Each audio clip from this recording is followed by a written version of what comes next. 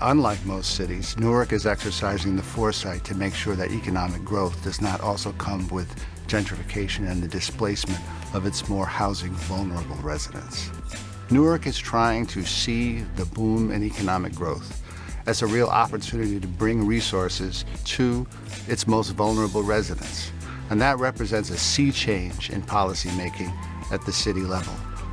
What Newark is trying to do is to use foresight through instruments like the Equitable Growth Advisory Commission. There's really a broad number of things that the Commission can look at, but the important thing to remember is that it is a group of stakeholders from the community with collective expertise who can focus on the kinds of things that sometimes city officials can't focus on and ask, are we doing the best job we can?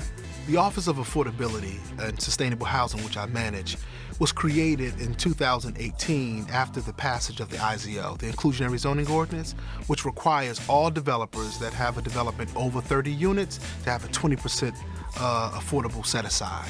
So we're here to ensure that the developers comply with that. We've also created a minority co-developer list and vetted the co-developers, because anyone who has a tax abatement, they have to have a minority co-developer on their project. And the difference between a minority co-developer and just minority subcontractors is that co-developers would have equity stake in the deal, and they will be able to benefit from the deal in perpetuity for the life of the deal. For us, the goal is to have more data-based, evidence-based decision-making. While all of us are Newarkers at heart, we want to make sure that there are more minority contractors at the table, and we want more Newarkers involved in doing business in the city, and that takes a lot of different initiatives by a number of different agencies. Business administration is working with NCEDC to, one, articulate what the goal is, and they can work it through their mission. We articulate through procurement and purchasing, how do we look at our policies and initiatives that reduce the barriers for small business owners to do business with the city? How do we articulate with finance on how long it takes folks to get paid? And then through that, you get the ultimate result, which is 1/3 of all vendors that do business in the city are Newarkers. So recently, there's a pool of minority developers that the city's working with, and they're providing us with technical assistance to be able to purchase properties, and as well as helping us navigate through the building department, different departments through the city. So we've had workshops on bonding readiness, financial preparation, how to be able to apply for loans from the banks, having opportunities that others in my position don't have.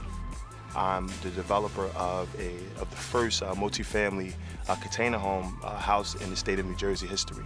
I'm a Newark Public Schools product.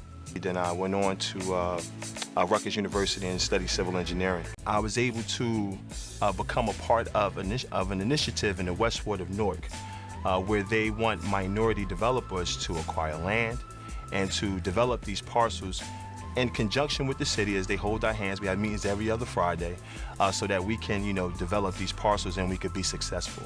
Prudential, Rutgers, Audible, NJIT, and NJPAC have invested millions on a Live Local incentive to encourage their workers to choose to live in Newark. Our local procurement is up as well. That is, we are encouraging our anchors to increase their spend with local businesses. On average, the spend was only 3%. We have gotten that number to about 9% and are still pushing for at least 20% by 2020, which means we have a lot of work to do. Rutgers has increased their spend by 26%. PSE&G last year alone spent $253 million on local businesses, an increase of $25 million.